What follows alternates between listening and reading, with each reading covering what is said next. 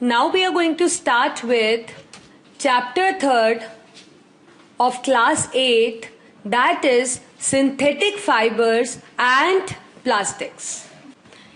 अब ऐसे ही हमारे पास सिंथेटिक फाइबर्स भी होते हैं. तो अभी तक जो आपने देखा देवर ऑल नेचुरल फाइबर्स, उनका ओरिजिन नेचुरल था, नेचुरल रिसोर्सेज थे, प्लांट और animal parts. So now we have synthetic fibres.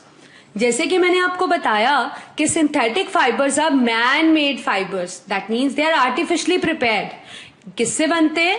इनके केमिकल रिसोर्सेज होते हैं. Artificial means they have chemical resources. For example, you can see in the figure, these all are synthetic fibers and their resources are chemical resources. अब ये synthetic fibers दिखते कैसे हैं? They are continuous filament fibers. एक ही आप कह सकते हो continuous fiber होते हैं, filament होते हैं fibers के, जो continuous chain के अंदर align होते हैं, आप कह सकते हो, मतलब continuity होती है इनकी. और they actually consist of multiple units. जैसे कि आपको एक यूनिट, 2 यूनिट, 3, ऐसे बहुत सारे यूनिट आपस में ज्वाइन होते चले जाते हैं and actually it forms a giant molecule. और वो जायंट मॉलिक्यूल को, सिंथेटिक फाइबर के मॉलिक्यूल को आप क्या बुलाते हो? पॉलीमर. पॉलीमर एक ऐसा होता है, poly means many, poly means many, mer means units. Means this giant molecule is actually made up of many small units which are actually joined together. So when small units, many units join together, they give rise to a giant molecule that is a polymer. So synthetic fibers are actually polymers, right? अब ये और कहाँ से बनते हैं? They are manufactured using the plant materials and the minerals. तो ये chemical resources इस तरीके से obtain होते हैं आपसे. Example, viscose comes from pine trees. अब देखो ये जो पाइन ट्रीज है, इससे आपको एक लिक्विड मिलता है दैट इज विस्कोस, और फर्दर विस्कोस से आप क्या करते हो? सिंथेटिक फाइबर ऑब्टेन करते हो. कौन सा सिंथेटिक फाइबर अभी आप पढ़ोगे? That is rayon. Rayon is one of the popular synthetic fiber. It is actually obtained from the liquid, that is the brown color liquid viscose, which comes from the pine trees. As you can see in the figure, these are pine trees.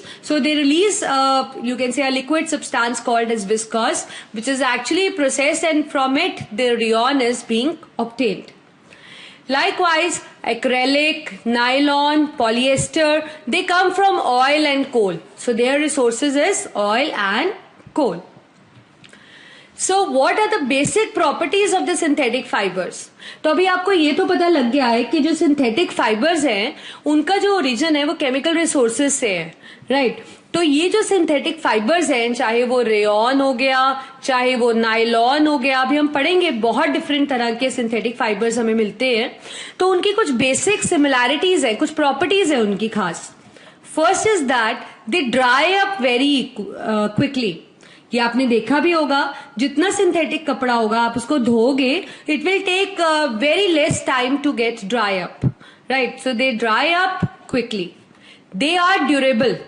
They are very durable. As you can see in the figure, these are all synthetic fibers, the continuous chain of filaments, right? So they all are durable and they also dry up quickly. And we have much more properties also we are going to discuss. They are less expensive. ये ज्यादा महंगे भी नहीं होते.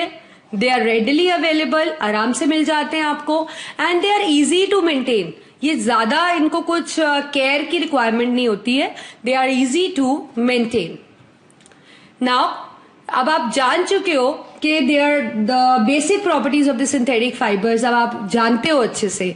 सो starting with the kinds of synthetic fibres, we have rayon, polyester, nylon, acrylic and plastic. जैसे कि acrylic से आप देख पा रहे हो आपके पास ग्लव्स बने हुए हैं, प्लास्टिक से ये पॉलिथीन बना हुआ है. तो इस तरीके के बहुत सारे सिंथेटिक फाइबर्स है which are actually being used in making different articles.